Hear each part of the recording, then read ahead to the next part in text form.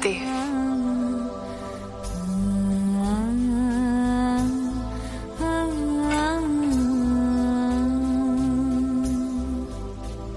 इतनी सरलता से आप कैसे मानने वाले हैं महादेव?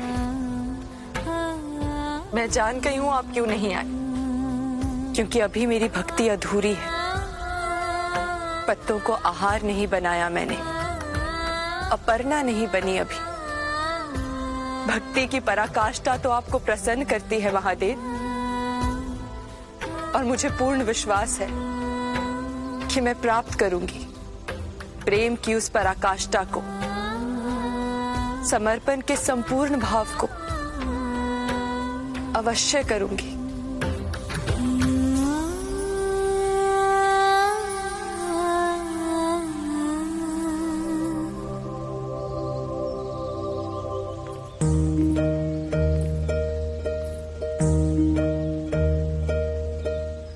अब की बार काल, स्थान,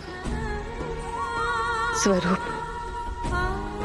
सब बदल चुका है पुत्री। ये वो विरक्त शिव नहीं है जिन्हें तुमने वर्षों की तपस्या के बाद अपर्णा बन के पाया था।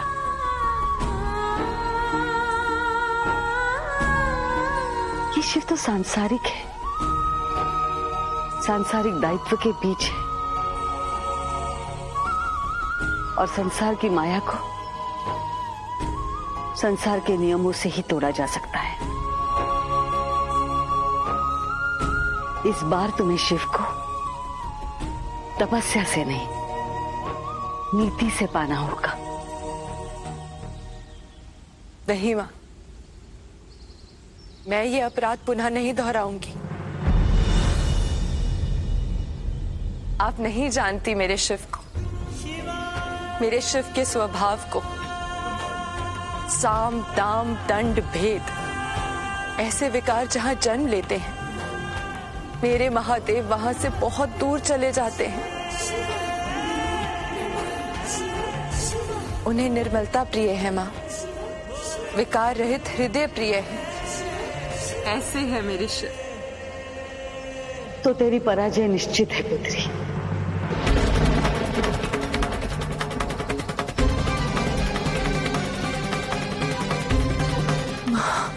मेरी बातों को हृदय से मत लगाना। हमें किसी भी प्रकार बाल शिव को कैलाश ले जाना होगा। एक बार वो वहां स्थापित हो गए ना, फिर देखो महादेव तेरे हो जाएंगे। मुझे पूर्ण विश्वास है। नहीं मां, अपने अहंकार और अज्ञानता के कारण मैं महादेव को पहले भी खो चुकी हूं। अब दोबारा ये अपराध नहीं करूंगी। मेरे अहंकार के कारण महादेव कैलाश से दूर चले गए थे। अब मेरा प्रेम और मेरी भक्ति उन्हें पुनः कैलाश ले जाएगी।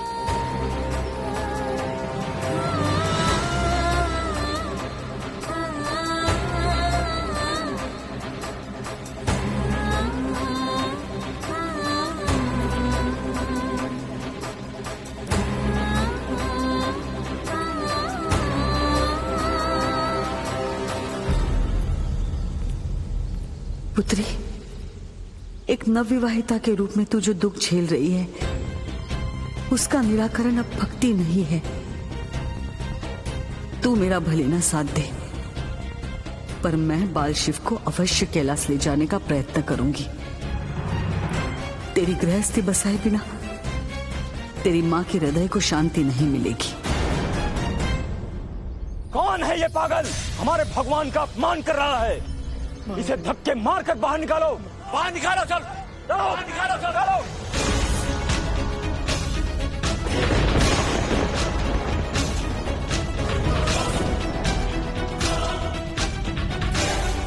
आओ यहाँ से, और दोबारा इस ओर आने का दुस्साहस भी मत करना, समझे? मुझे महादेव से कोई अलग नहीं कर सकता। मुझे महादेव के पास जाना है, मुझे जाने दो। ये ऐसे नहीं मानेगा। मुझे महादेव के पास जाने दो।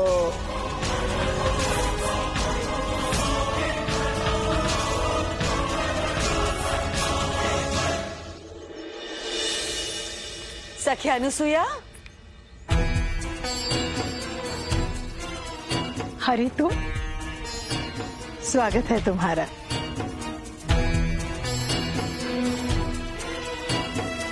ये सब क्या लेकर आई हो? तुम्हारे पुत्रों के लिए व्यंजन लाई हूँ। पार्वती ने अपने हाथों से बनाए हैं।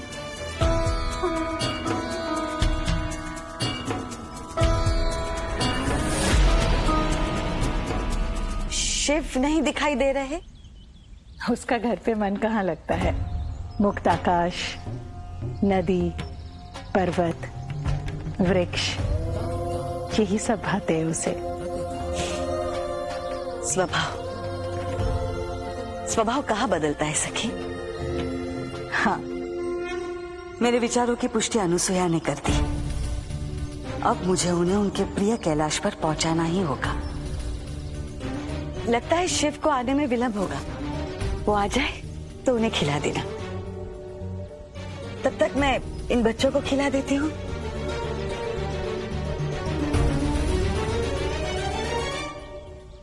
खिला दो। आओ, चलो बच्चों।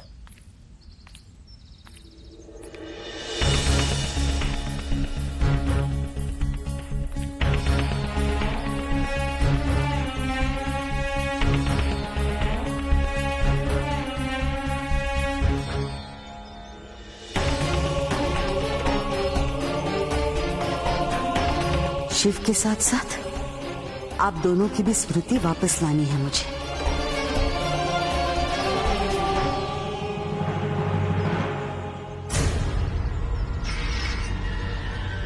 जिस संसार में इस भक्त का सम्मान नहीं, वहां ना तो ये लकुलेश रहेगा और ना ही उसके भगवान महादेव।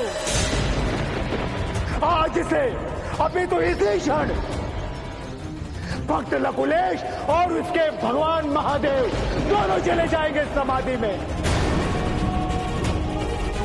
भगवान तुम्हारे दास है क्या, जो तुम्हारा आदेश मानेंगे? भगवान भक्त के अधीन होते हैं, इसलिए भगवान भक्त की इच्छा को कदापि नहीं टालेंगे, कदापि नहीं। संसार वालों, अब ये भक्त लकुलेश जा रहा है समाधि में, और साथ ही साथ जाएंगे उसके भगवान महादेव।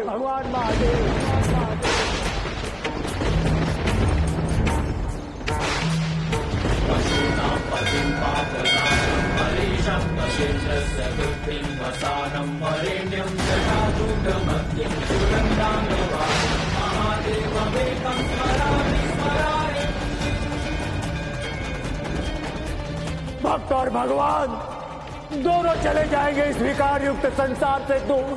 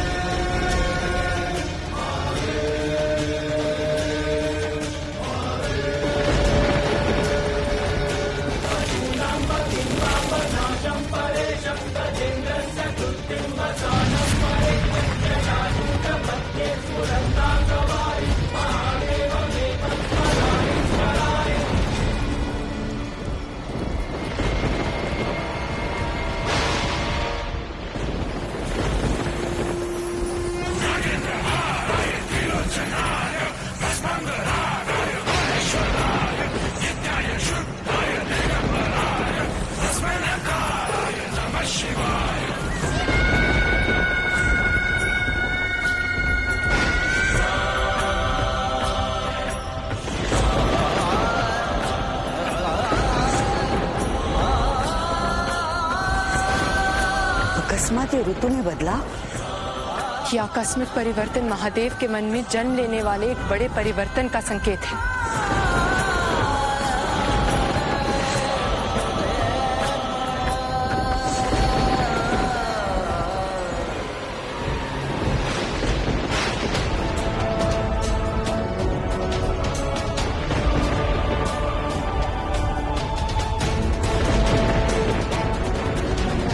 वायुमंडल का यह अकस्मात परिवर्तन किसी बहुत बड़ी घटना का सूचक है देवी। शिव अब तक बाहर है ऋषिवर। ऐसे में उसका बाहर रहना उचित नहीं है ऋषिवर। मुझे शिव की चिंता हो रही है ऋषिवर। मैं जा रही हूं उसे वापस लाने।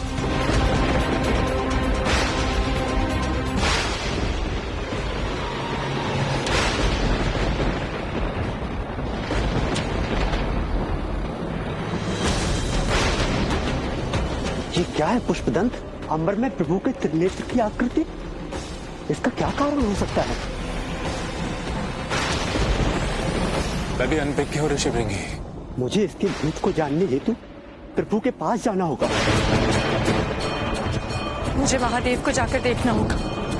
उमा? उमा? पुष्पदंत, तुम्हें यहीं रुकना होगा कैलाश की सुरक्षा के लिए। मैं जाकर देखता हूँ।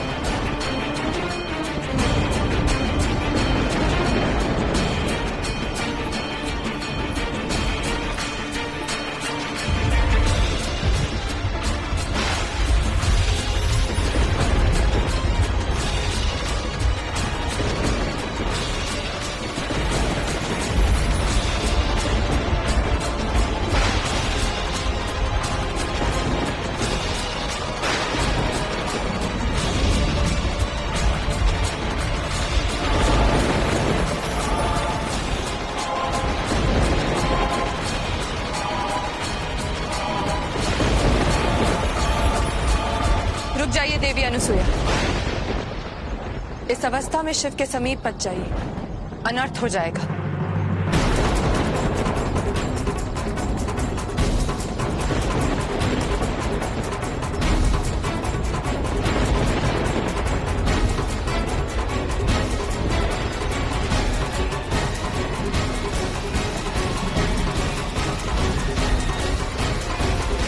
शिव शिव शिव शिव शिव। प्रभु प्रभु, ये क्या माता? प्रभु समाधि की गहन अवस्था में जा रहे हैं।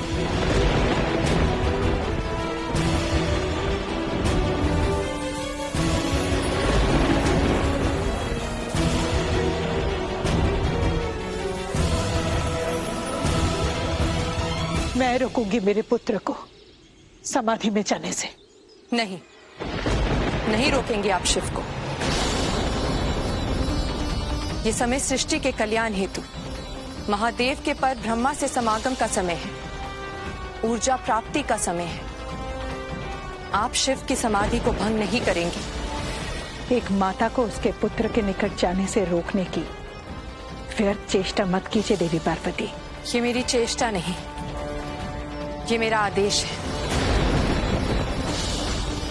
आदि शक्ति का आदेश। आप शिव के समीप नहीं जा सकती।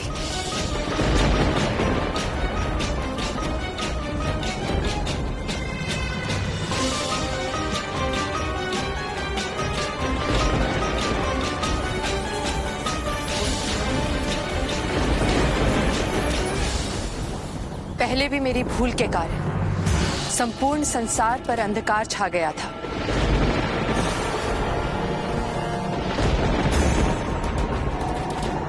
और विनाशकारी अंधक का जन्म हुआ था, और उसके पश्चात क्या विध्वंस हुआ ये तो आप जानती हैं। मैं पुनः ऐसा नहीं होने दूंगी।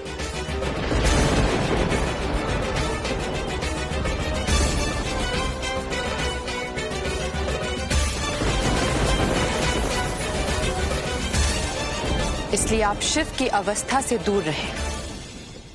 इसी में संपूर्ण संसार का हित है।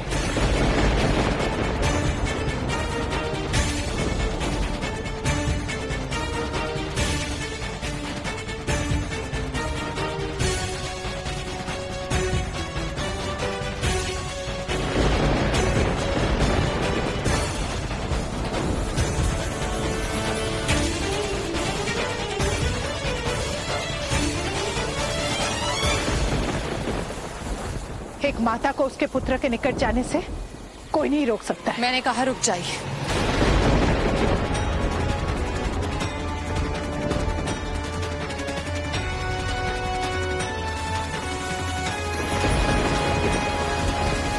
जगत जननी की शक्ति को चुनौती मत दीजिए।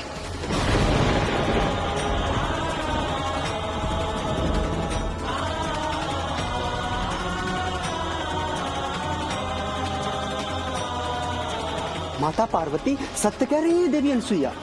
गहन समाधि की अवस्था में प्रभु के निकट जाने का अर्थ है अनर्थ को आमंत्रित करना।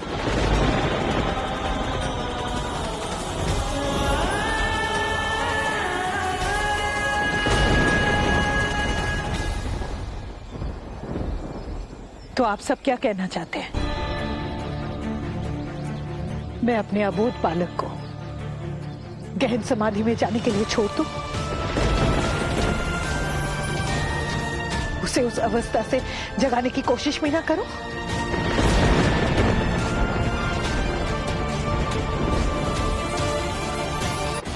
अवश्य रुके देवी, परंतु उनके समीप जाकर नहीं। प्रभु के नाम और उनके गाथा का पाठ करके ही उन्हें उनके ध्यान से बाहर लाया जा सकता है।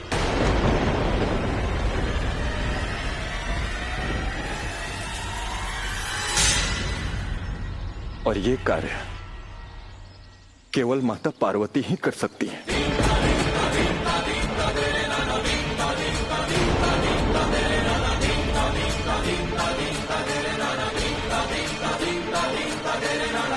माता, आप कृपा कर प्रभु को शिव और शक्ति की कथा सुनाइए ना।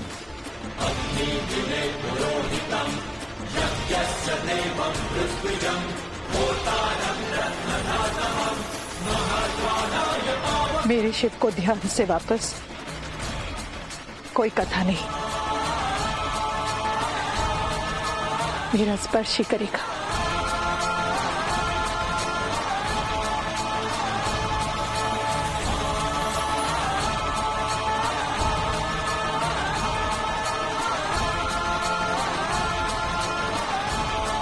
मुझे जाना। आप हट कर रही हैं देवी अनुसुईया।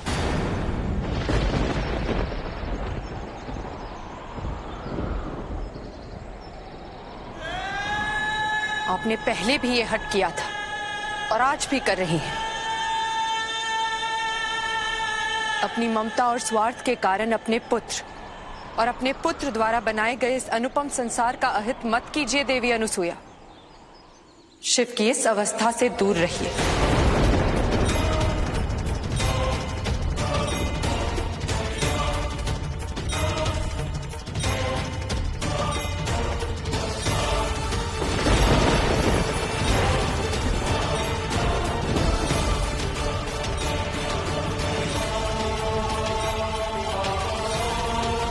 देवी पार्वती, संसार में ऐसे कोई भी शक्ति नहीं है जो एक माता को उसके पुत्र से विलग कर सके।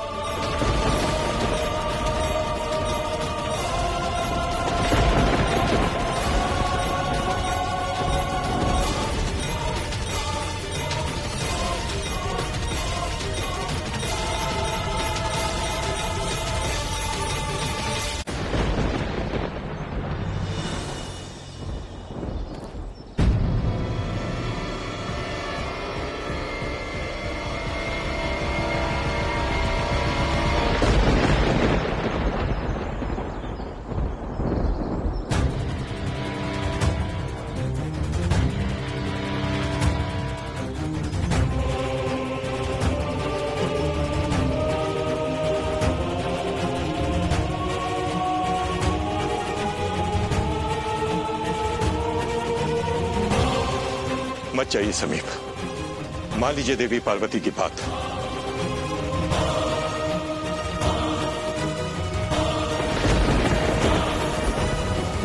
हमारे शिव अभी सहज और सामान्य अवस्था में नहीं है देवी।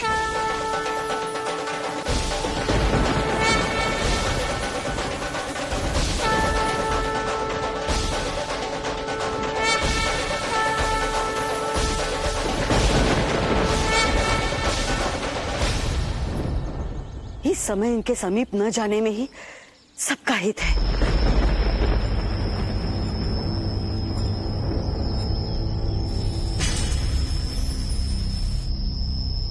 यदि तुम इनके समीप गई और कोई अनर्थ हो गया तो तुम स्वयं को आजीवन क्षमा नहीं कर पाओगी।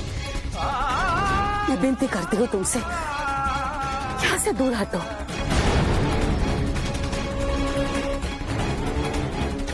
हाँ देवी, शिव को इस गहन समाधि से निकालने का प्रयास आप देवी पार्वती को ही करने दें अभी।